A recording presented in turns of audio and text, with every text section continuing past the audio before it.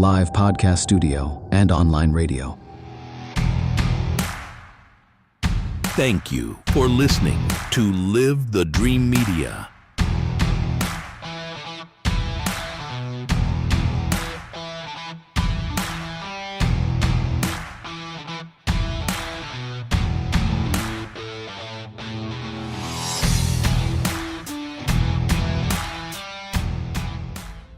Does your ordinary radio feel a little limited?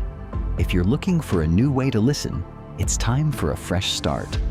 Introducing the Live the Dream Media app, your premier destination and a new level up for digital radio. Over the last 2 years, we've found new ways to ensure your digital radio experience is the best it can possibly be. From live podcasts that spark new perspectives to a 24/7 soundtrack of live music, and even our built-in merch store. We've built a platform that is convenient, high quality, and simple to navigate. But we're only just getting started. Catch all of our shows weekly and join the Live the Dream Media family today and help us change the airwaves forever. Download it for free on the App Store or Play Store today. Live the dream. The dream starts now.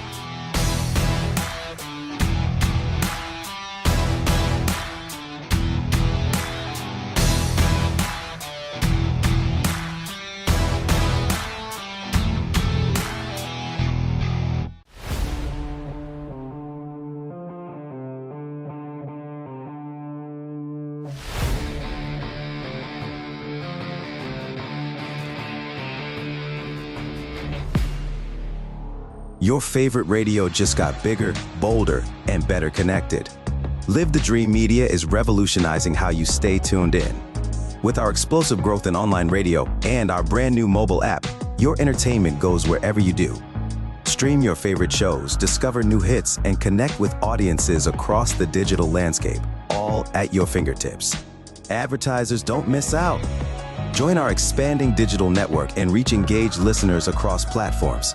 Download the Live the Dream Media app today and experience radio reimagined. Thank you for tuning in to the Live the Dream Media Network. We've got an incredible slate of live podcasts waiting for you every week right here on our app. Get your morning started right with Wake Up, hosted by Christopher DeSimone, airing Monday through Friday from 6 to 9 a.m. The momentum continues every Monday morning at 9 with the Marana and Oro Valley Experience, hosted by David Samarano and Clint Peak, followed by Truth and Tell with Blair Lametti and Summer Smeaton at 10:30 a.m. On Tuesdays and Thursdays, join us at 9 a.m. for Southwest Flavor, and don't miss Sobriety, Spirituality, and Sales every Tuesday from 10 to 11 a.m. Every Wednesday at 9 a.m., Bruce Ash brings you the inside track, and we wrap up the week every Friday at 9 a.m. with former NBA player Bob Elliott on The Bob Elliott Show. It's all happening live every week. Stay tuned, stay informed, and keep living the dream.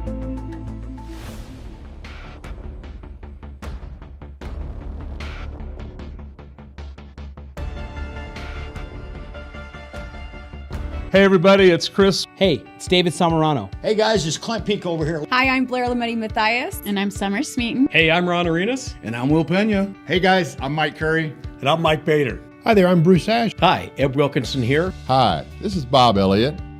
We are Live the Dream Media.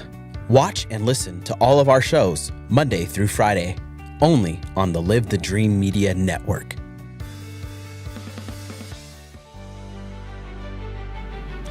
Hey, you found us on your feed. Are you wondering what Live the Dream Media does? I'm going to explain it to you. Let's go. First and foremost, Live the Dream Media is a premier digital advertising and marketing agency, but that's not all we do. We have also become one of the largest live streaming podcast platforms in the region, with our own online radio station and more on the way. Here's the coolest part. Right now, I'm standing in Studio B, where we are getting ready to put together an awesome state-of-the-art studio to continue the growth of this platform. One of the coolest things about Live the Dream Media is we take pride in being flexible. We enjoy the ability to make changes on the fly. Live the Dream Media is a company you feel interested in working with and want to enjoy the flexibility and all we have to offer with our new podcasting network and our digital advertising abilities, reach out to us at contact@ltdmedia.net. Visit our website, livethedreammedia.com, or check us out on social media.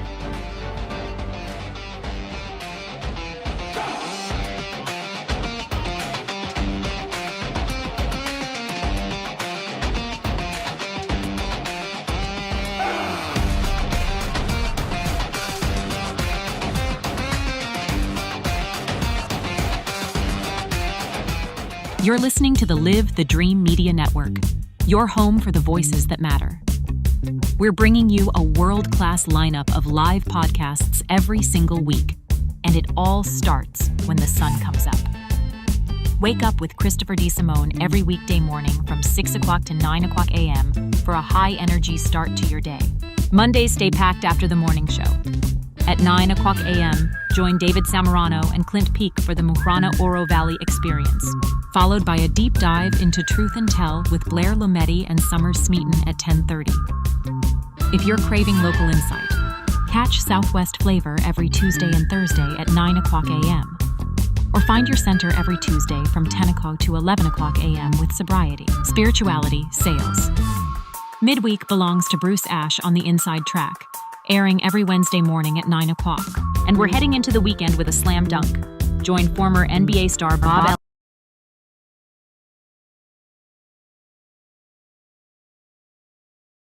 Our community safe.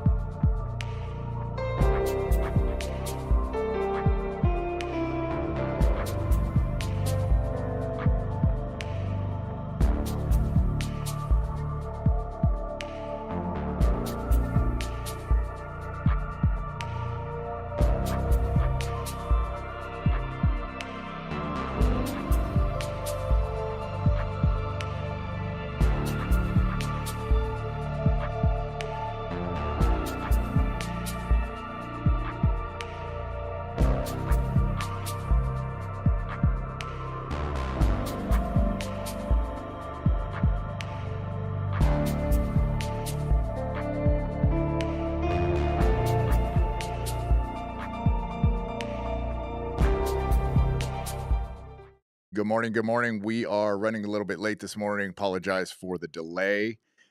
Super excited to welcome our guests today. But first of all, the show does not exist without our sponsor, Mike Bader, State Farm Agency, First and River. And if you're looking for an insurance quote, if you just want to compare rates, Mike is a great resource. The ladies in his office are fantastic. They're very responsive. Reach out to him for all your insurance needs. And Kyle, good morning. Kyle Hunter, we welcome you. We're a little bit late. I apologize for the delay. We had some technical issues. So no problem, man. Can you hear me all right? Actually, I'm having a hard time hearing you. Okay, let me see if There I we go. can make some adjustments here and see what we can do. I can hear you now. Okay, perfect. All right, maybe I need that. Is that better? That is better, yeah. And All you right. first, we got you on the cell phone today because we're having some technical issues. How's your day Well, going, thank man? you guys so much. Yeah, great. Thank you guys so much for having me. This is an absolute pleasure. Absolutely. And you've been on some podcasts already, right? I mean, you've got a book that you're promoting, and just your story is incredible. We had an opportunity to hop on a Zoom call a few months back, and you graciously agreed to come on the podcast, which we appreciate. I think people need to hear stories like yours. People that are in a desperate situation, people that are in a situation where they feel like there's maybe no alternative to turning their life around, right? I mean, your story is Yeah, for sure. a tremendous story of resiliency, of resurrection, of just I'll let you just take it away, man. Like what does Kyle's life look like now compared to what it looked like 5-10 years ago? Yeah, let's just jump right into it. Yeah, I mean, today I'm a business leader. I'm a general manager of a car dealership. Just released my first book. That did better than I expected. We got a film coming out this late summer, based on the book, also by the same name, Killing Kyle Worth. What else? I'm on city council. I'm a community leader. I serve on a couple nonprofit boards, two ministry boards, and then one drug treatment board. So yeah, I'm a business leader, community leader, father, husband. Yeah, got some things going on. Author. So got some things going on. It wasn't always that way, though, right? Wasn't always that way. Yeah. Yeah, So I had to. Yeah, I tell people I jokingly had to learn every lesson three times the hard way. So same. hopefully I've ran through all those. So yeah, What? And you grew up in Iowa, is that correct? yep. Born and raised in Iowa. Yep. Okay. Yeah, I'm originally from the Quad Cities, which is near the Illinois border. It's a large area. Has a large Chicago influence. So yeah, was born and raised there, and then now I live in Cedar Rapids, which is more centrally located in Iowa. Now, we actually got connected through a friend of yours. I think I was in a Facebook podcast group, and this guy who knows you pretty well just said, "Hey, you've got to reach out to this guy. He's got an incredible story." And once we connected, as a former car salesman myself, I just really was drawn to your story for also all the redemptive, the qualities that you have. But how long did you sell BMWs for? Because in the bio you said you were the number one BMW salesman. How long did you sell cars before you became a GM? Yeah, so I was a BMW, so I was in the top 1% of BMW salesmen. So I did that for probably 5 years, and then I kind of had a fall and like ventured into some different industries and some good industries, some bad industries. And then once I got clean and sober, I re-entered into competitive sales. So I've been clean now for 5 years. So I was in another industry for a couple years, and I've been back in the car industry for the last 2 years as a general manager. And you stepped directly into that role, or did you start selling again? I did. I stepped directly back into that role. Okay. Yep. So we were kind of, so I was in the construction industry. I was a general manager at a business there. My wife and I were kind of thinking about starting our own thing. Had the money to kind of do that, and then this opportunity presented itself, and it was an offer too good to refuse. So I'm back. In your experience, does how does automotive sales um, perpetuate people's drinking or drugging? People that are top performers in sales businesses, especially cars, cars you can make Sure. 100 grand pretty easily sitting on your butt, Yeah. which feeds your addiction. And part of what I do with my coaching is I want to help salespeople, business professionals that they know alcohol is running their life and they want to find out who they really are without it. And what I Yeah. see is I see a lot of people that, after work, they've sold a car or two or maybe none. And whether they sold a car or not, that's a reason to drink, right? It's a reason Yeah, to for sure. check out. So did you see that? Was that Yeah. pervasive in the industry where you were at?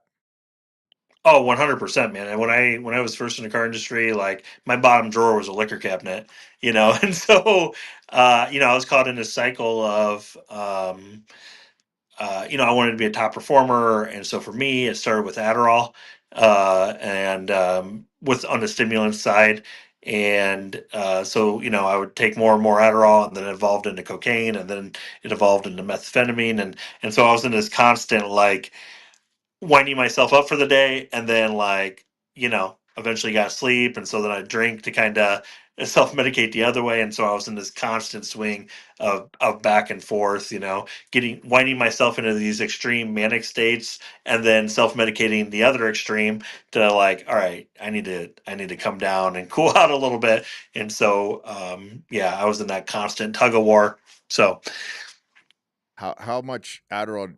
How much does that play a part? Do you think in other people's, you know, high performance? Right. I feel like I feel like yeah, it's more now than ever, right? Because of how easily it is that, and you can. Most people have ADD. Let's face it nowadays. So it's probably pretty easy to for get sure. if you tell the doctor that you've got an issue. Yeah, honestly, I'm kind of removed. I kind of operate a little bit on island. The dealership I'm a general manager at, it's not the culture here.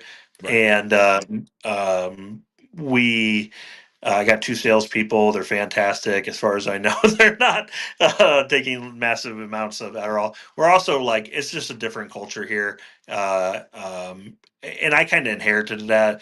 The store I work at is a specialty high-end European dealership, and so we sell a lot of Audis, BMWs, Porsches, cars like that. And we're also a service department. And so the two guys, the guy and the gal I have are um, they're just it's just different here.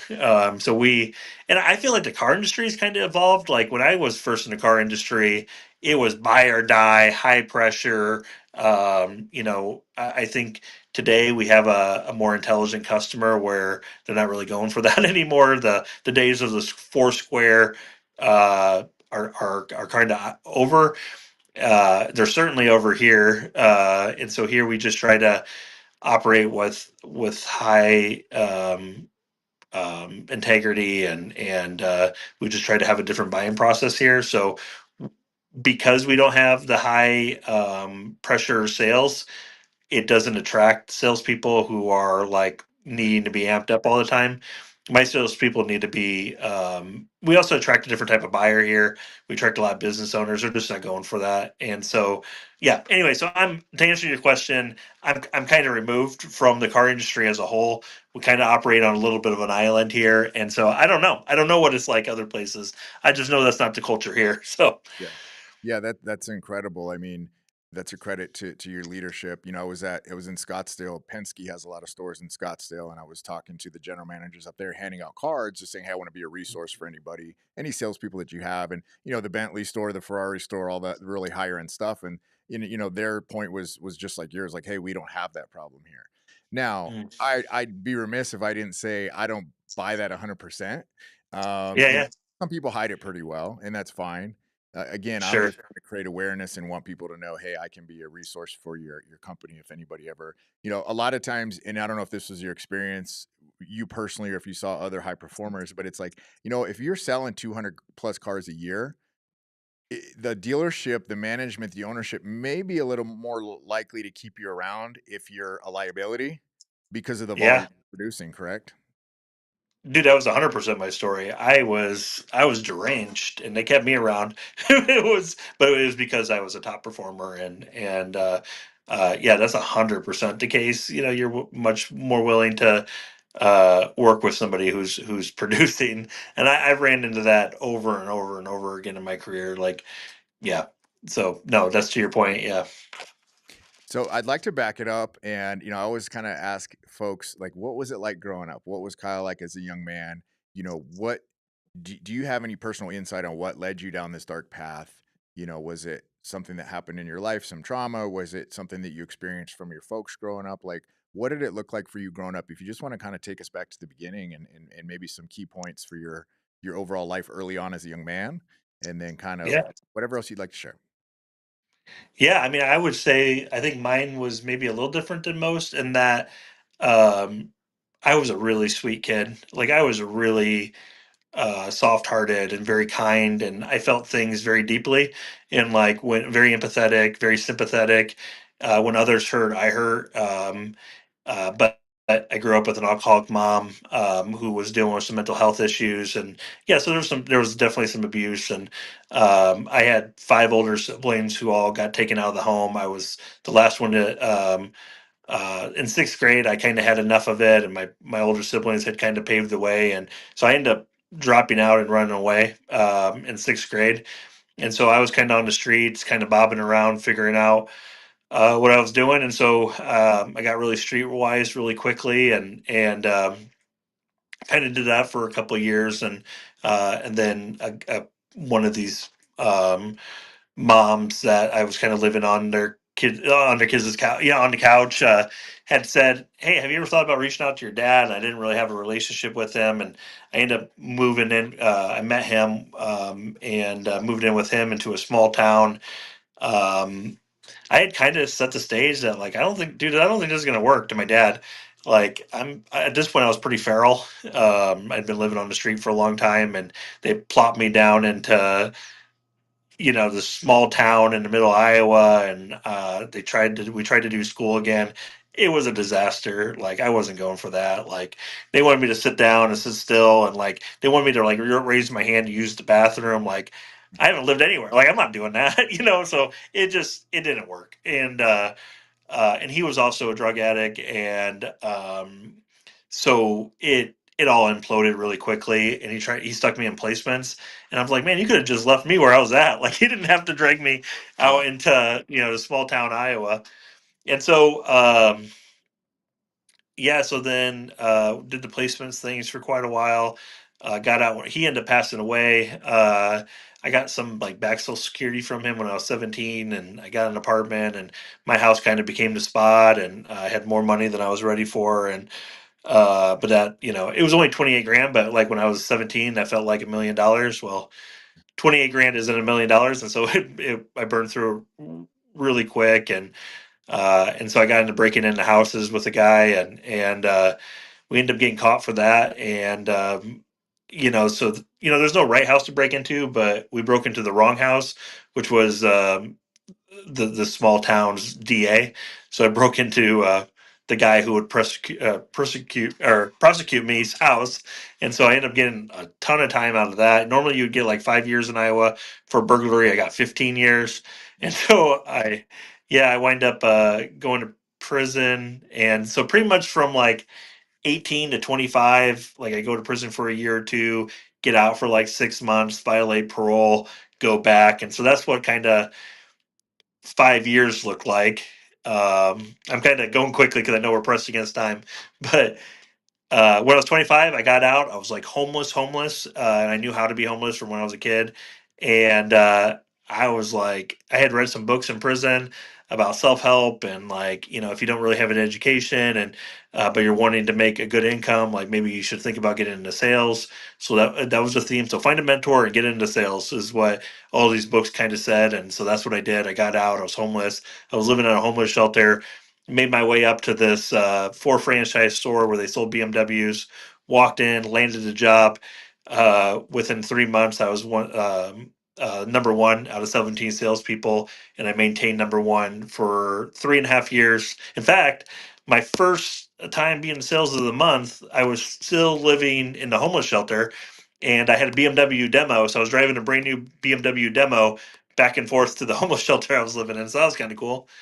But I think I had an advantage over a lot of people in that a lot of people no offense, but like a lot of people fail into car sales. That was my experience. Like a lot of people had grander aspirations, but they didn't work out, so they became car salesmen. Right. For me, I looked at car sales like I won the lottery. Like I looked at it, I'm just some homeless kid from, like I looked at car sales like this is like a doctor. Like I'm like, I held it up in the same tier as that, and so I didn't have a bad attitude. I was like, dude, I made it to the big leagues. I made it. So I failed into car sales. A lot of people fail into, like I don't know. And so I just was so happy for the opportunity and excited and enthusiastic, and it represented something different for me. Like I think for a lot of people in car sales, it's like, well, I could have been this other thing, but I guess I'm a car salesman. For me, it's like I'm a car salesman, and I loved it, and I had pride, and I attacked it with that type of vigor. And but I had some demons, man. I had some things to work out, and so I got into the car business. And for the first time, I had some money, and um, I I had thought I had been operating with this belief system that money would solve all my problems prior to that, but all it did was really fuel them. And so I got into all the things, girls and drugs and partying and my ego, my pride exploded. And after 3 years, I was driving a brand new BMW. It was an M4. It was my demo. 25 years old. I'm ripping through Cedar Rapids like a wrecking ball, and cops get behind me. I decided I'm not going to stop. They thought I drove towards them. They shot the car 26 times, and I ended up getting shot 3 times. And you would think that something like that would be a wake up call, but it wasn't. I just got, believe it or not, I only got probation out of that deal.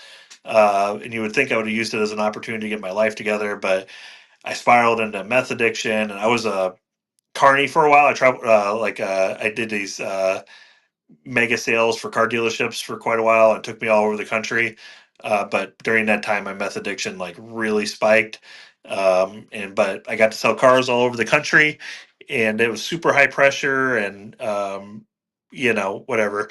But I loved it and I was good at it. And, I did that for quite a while, but things gradually spiraled more and more out of control, and I became intravenous sometime during that time, and ended up getting arrested in 2018. Served 2 year sentence, assaulted a guard. Ended up doing a lot more time on that sentence than I probably would have, and ended up discharging that sentence. And so I got out January of 2021, went right back to meth addiction.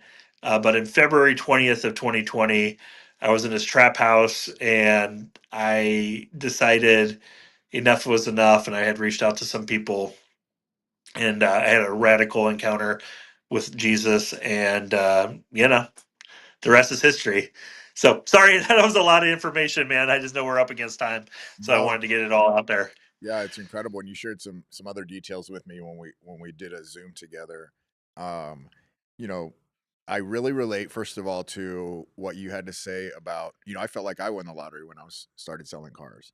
I met owner of a dealership at a gym, and he gave me an opportunity, and I I thought I'd won the lottery too, man. And it was a top 5, top 10 performer out of 130 salespeople, and was really consistent. I was sober at that time, but I'll tell you what, you may agree with this, but selling a car is a natural high like you can't get anywhere else, or selling anything for that matter, right? Like closing a deal is just, man, I was on cloud nine. I didn't need an energy drink. I didn't. The weather wasn't as hot all of a sudden. All those things, and so. Yeah. It's kind of funny, you were in your addiction and you were selling, so you were kind of getting a double high out of it, right? Because you were selling as you were using and stuff. Was that ever problematic for you going to work, or you were just always one of those people, you showed up regardless?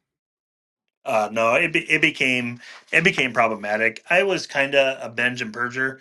I had the ability, a lot of people don't, um,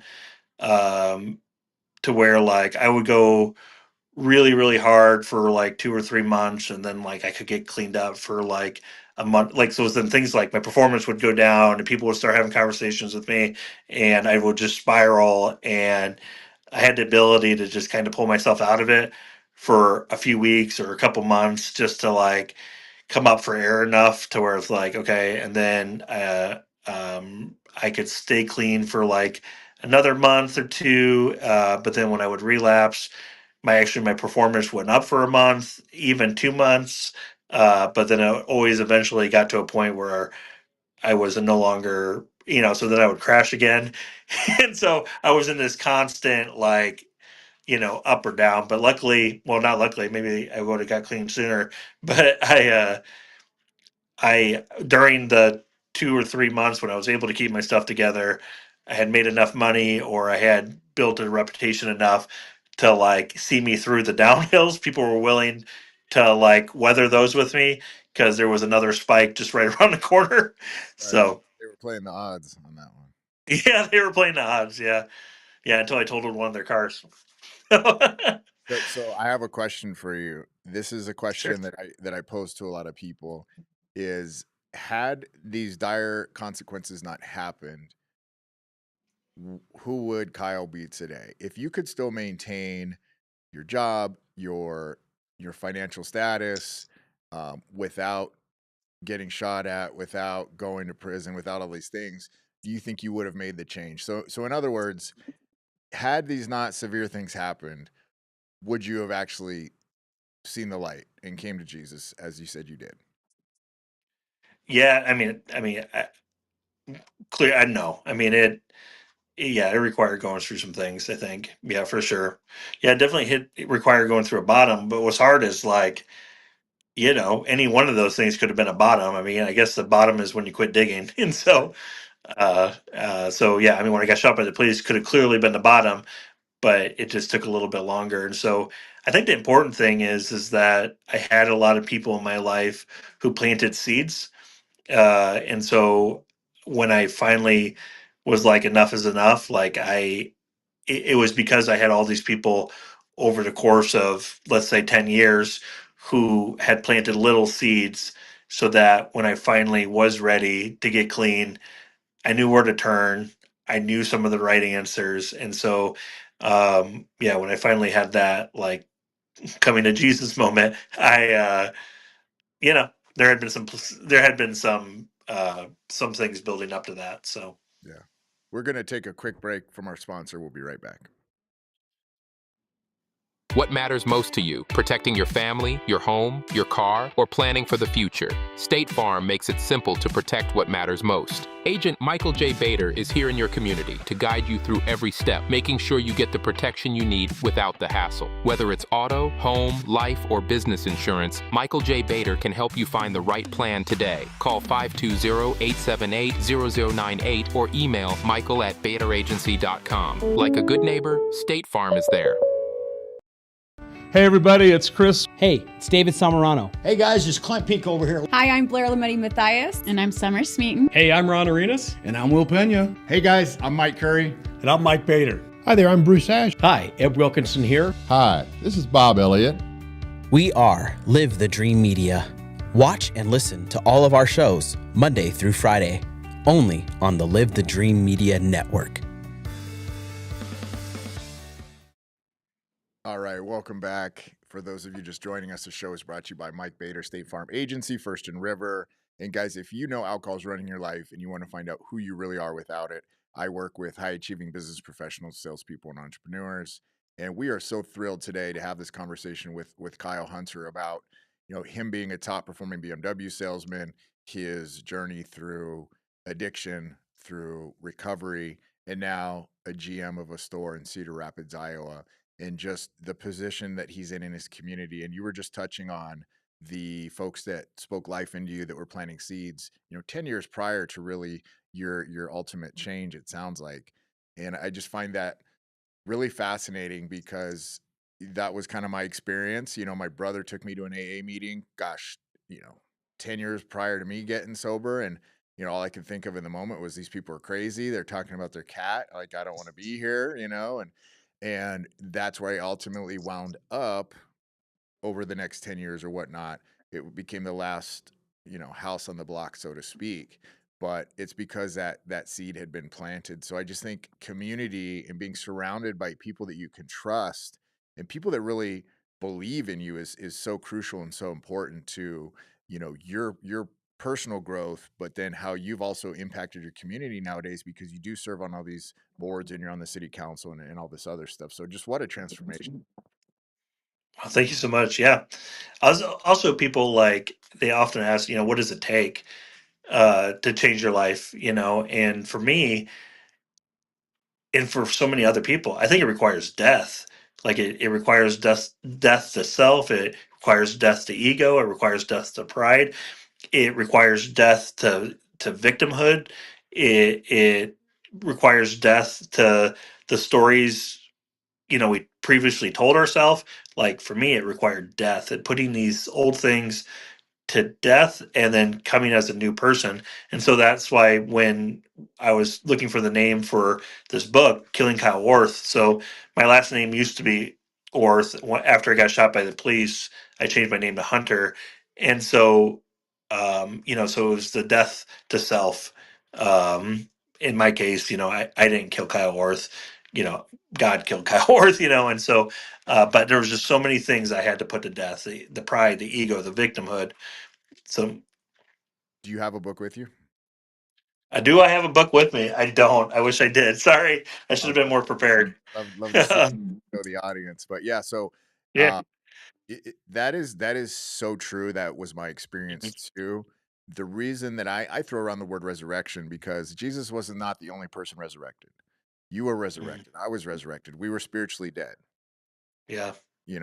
And to be brought to life, to really get into the flow of life, and to have the kind of perspective on life that I have today, that you have today, could only be, achieved through God, I believe, personally. For sure. I mean, I think every, I think every drug this way, but man, there's something particular about like stimulants, that like I just feel like it's such a deeply spiritual drug, meth in particular. Like, I don't know anybody, and I'm sure they're out there, so I'm not trying to blanket that way, but man, I don't know anybody who has came back from addiction to stimulants, in particular methamphetamine, who didn't do it through God because it's such a deeply spiritual drug. Like I don't know, and again, I don't try to blanket things, but that's at least been my perspective. So yeah, for sure, to just agree with what you said. What's crazy is in my addiction, I was looking at going back to prison and I was at my dealer's house. I had taken the bus or walked there.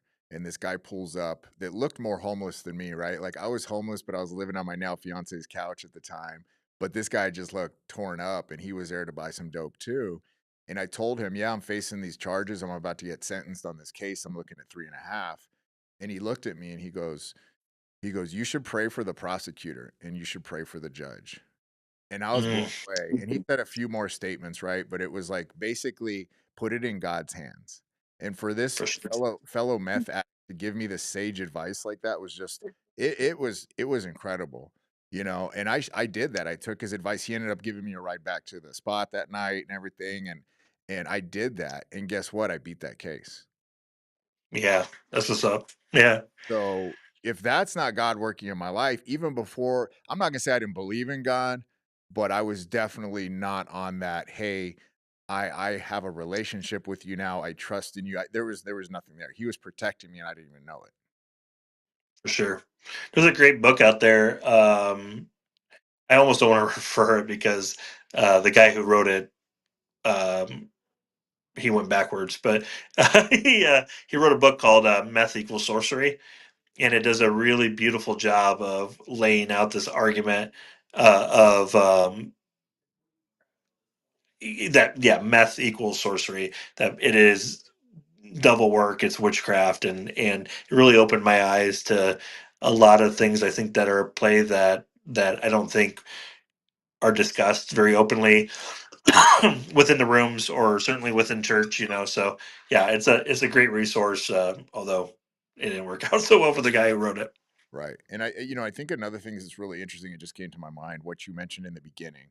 Okay, you felt very much what other people were feeling as a young person, very empathetic. And I feel that to be true for many addicts. We feel on such a deep level. Yeah.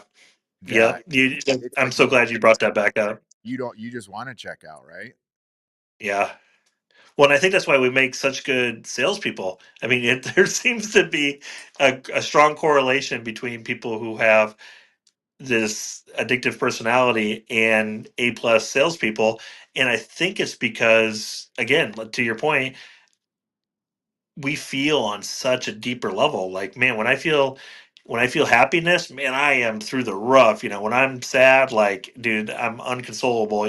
Like, it's just we're able to, because we understand human emotion on such a deeper level, because we experienced it on such a deeper level, we're able to, when I first got into sales, I was told, um, uh, knowledge creates confidence. Confidence produces enthusiasm, and enthusiasm sells. It's because salespeople are so enthusiastic, because we're always right. We experience emotions at such a high level that we become contagious. Man, I don't know a single addict that doesn't light up the room sober.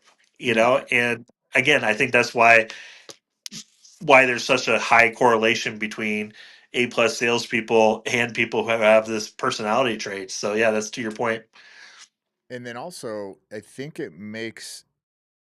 there, so being empathetic, having these qualities as a young person, you know, not, maybe being able to shed tears as a young person, really feeling sorry for people, really, the path is not, hey, let me become an addict and get shot up in a car getting chased by the cops. Let me go to prison. Let me live this opposite lifestyle where truly not having feelings is actually an advantage in that lifestyle, correct? So Sure. I felt that way too. Like I had to get do so many drugs and get beaten down so much where that empathetic side of me, it was still there, but it became a liability, put it that way. Because when you're homeless living on the streets, when you got to kind of size people up and really find out what people's true objectives are, you can't be empathetic. Like you just kind of have to Yeah. be the opposite of that almost, right? So Yeah, so that's kind of what happened. Like, so I was this very sweet, empathetic kid, and I really was even through the homelessness and living on the street. I was a really caring person, I think. But when I went to prison at 18, because I had a 15-year sentence, I went to Iowa's maximum security prison. I was lucky in that I had a cousin who had kind of paved the path, and he had made a good reputation and a good name for himself. And so I got into a group of guys that um, kind of shielded me from a lot of what 18-year-olds can experience in a maximum security prison. And so I got lucky that way. But I was like, man, when I went in, I was still really, really soft. And I spent, um, people would make jokes and they would really affect me. And so like, I didn't want to be a victim. And so, man, I like really, really committed myself to like these books on amoral behavior. And I don't want to give them any credits. I don't say what they are, but there's books, especially within prison culture, that celebrate laws to power and manipulation, and those became my bible. And so basically from 18 to 25, everything I had learned about being a man, I learned from either from these books or people doing life in prison. And I had became really um hardened, and like I thought being ruthless was power, but in all actuality, it takes a way stronger man to love. Like it takes a way stronger man to show compassion. It takes a way stronger man to do the right thing, even when you don't want to, or even when it's like it could hurt you. And so like I had this way skewed idea of what it meant to be powerful. Like I had this way skewed opinion of what it meant to be strong.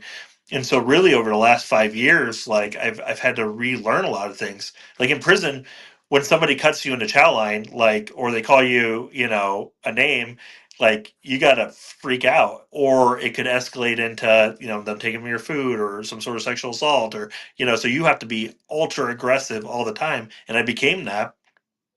Well, when I got out, like that no longer served me. Like I can't punch somebody in the face because they cut me in line at Walmart, like that's not a thing, like and so like I had to really, really like learn to dial that back, and it caused me a lot of pain, especially in early recovery, because these things that once served me no longer were serving me. So I've really been on this journey of walking that back, especially in leadership. Like you can't just go around checking the shit out of people because like you just can't do that, and so Even though some people probably need it sometimes, but that's a different yeah, every once in a while, yeah.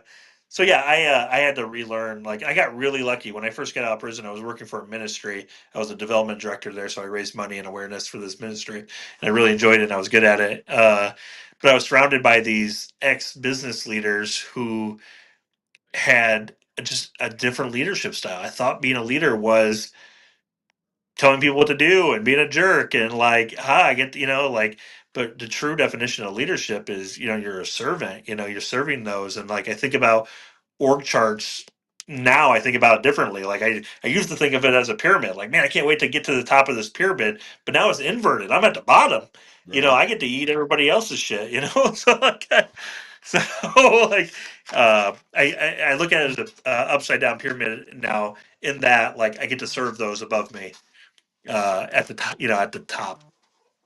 So the show's called Sobriety, Spirituality, and Sales. We've touched on the sobriety. We've obviously touched on the sales. I'm curious more about your spiritual walk, your spiritual journey that you've been on. You said that you had some people help you to have an encounter with Jesus, and Yeah. what was your relationship with God, whether it was non-existent or you just knew that God was the guy in the sky kind of thing, prior to getting sober, maybe in your youth even. And then what is that like Yeah. now? Like how do you define that now? What does your spiritual walk look like today? Sure. So prior to February 20th, 2020, it was zero. Like I had like a peripheral understanding of who God was. Like I didn't live in a vacuum.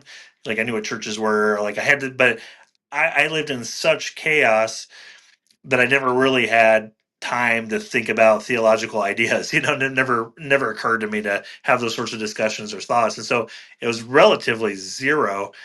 And then, when I first was trying to get clean, because those people had planted seeds, like I was really hung up on Christianity. I was like, I I had kind of believed in a God, but I was like, which God? Are we talking about Jesus because I'm white and I live in Iowa? But if I wasn't, like I lived in the Middle East or something, would we be talking about a different God? Like why Jesus? Like I was really like caught up in this, and I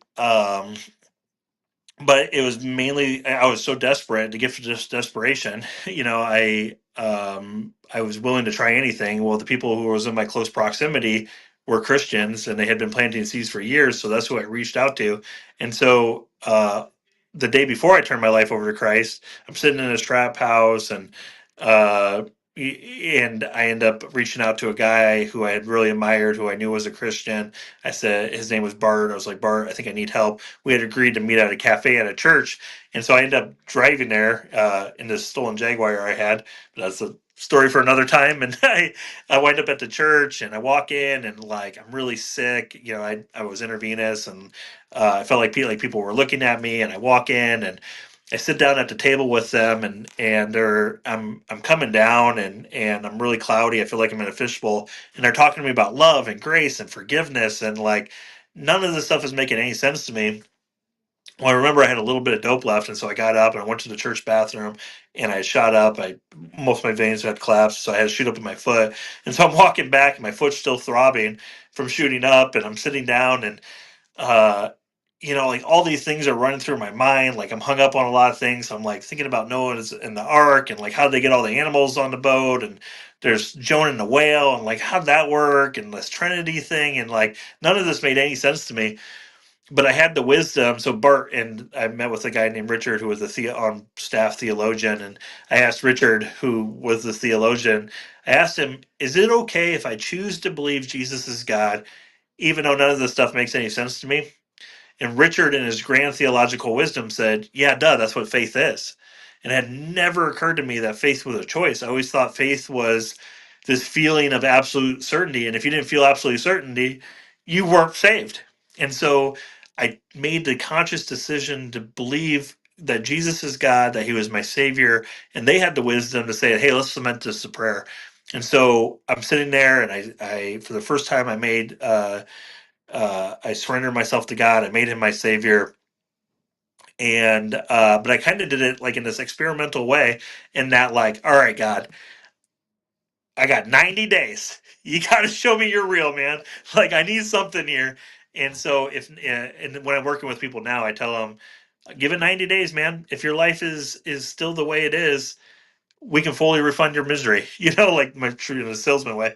And so that's what I did, man. I gave it 90 days, and things in my life begin to change. I ended up meeting my wife a few months later, who would become my wife, and I got this job at this ministry, and some Christians invited me to move in with them, and so then I kind of got to do what they did, and go to church with them, and like things in my life like started to take this different trajectory, and I'm like, when the 90 days were up, and I look backwards, I'm like, well, that worked, and so I just continued to be on this journey. And yeah, and I'm so grateful that I made that decision, to choose to believe.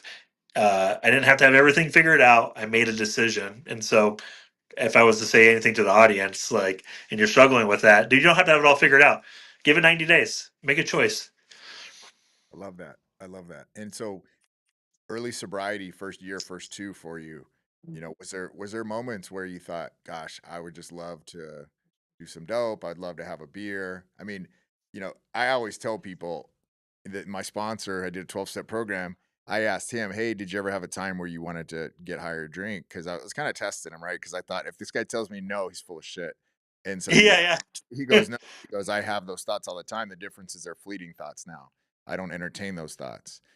And so I really respected him for that. And I share that with people all the time. Of course, there's times where I'm like, oh man, that sounds so good. But that only, entertains for a few seconds in the mind, and then it's gone. yeah, yeah. The How's that? battle's won or lost in the fantasy. Yeah, no. So that first year it was hell. Like, I was an intravenous meth addict. Like, it's, odds are stacked against you, and I definitely, I don't. I'm very cautious on how I describe this, because I don't want to discourage people against 12-step programs or anything like that. They were very, very important to me for the first year. Like, I would not have made it through that first year without it. So I mean, I was in 2-3 meetings a day, for quite a while, and that was, that's how I got through it. And slowly over time, like, I mean, I still practice the steps, but it looks a little bit different.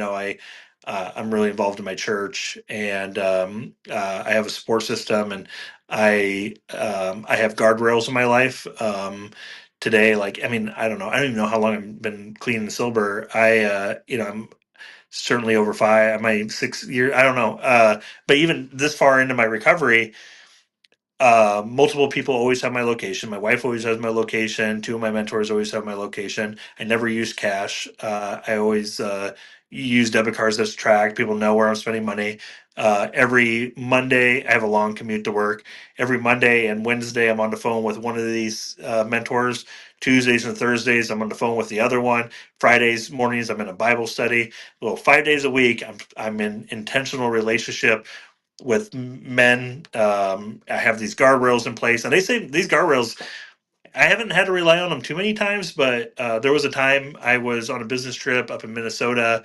I was a general manager. A couple of my sales guys wanted to go to a strip club. Like, that's a really dangerous place for me.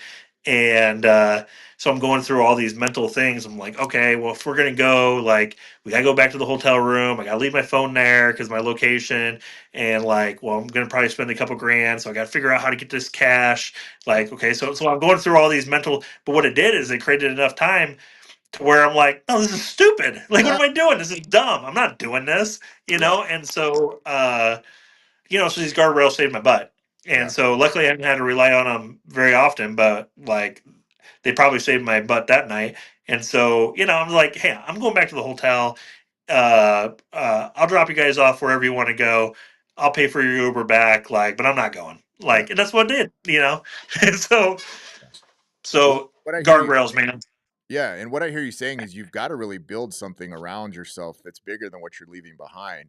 AA is a resource, but there's plenty of life to live other than that, outside of that. And if you really want to grow in your faith, if you really want to grow in your business, in your family life, I mean, there's plenty of other resources out there, other men that you can speak with that they can share their experience with you and stuff that allows you to grow. And I mean, you're living proof of that. So as we wrap up here, I mean, for the guy that's maybe leaning in today and saying, hey, you know what, I resonate with some of the messages today. I resonate with what Kyle has said. I'm in a position where I don't have a relationship with God. I'm in a position where maybe I'm using or drinking too much. I mean, what advice would you have for the men out there that are potentially listening? Yeah, I mean, I would say it's kind of threefold. For me, it begins with surrendering to Christ. Like, I couldn't be clean without it, and so you gotta have a relationship with higher power. Also, this is not recovery is not an isolated it's a team sport. You got to get community, you got to get support. For me today, it looks like mentors. And it looks like mentors, and then I'm mentoring, I'm coaching 2 or 3 people, and so you got to have mentors, you got to have people you're pouring into. And I would say lastly, you got to be tied into some sort of community. So if it's if it's AA or NA, perfect. For me, it's a church, but you got to be tied in somewhere where you have responsibility and where you're getting poured into and pouring into somebody else. So, uh, relationship with a higher power, mentors, and then some sort of community is what I would say. And then death. You got to die to some things, man. The ego, the pride, the victimhood. You got to die to those things. Thank you so much for bringing that up. That is fantastic. And you know what? Again, I just want to apologize for the technical issues that we were having. Thank you for your patience, Kyle. Thank you for your presence here today, your leadership, your transparency. We appreciate you. We love you, man. I hope you have a great rest of your day. Go sell some cars. Thanks, brother. Thanks, brother.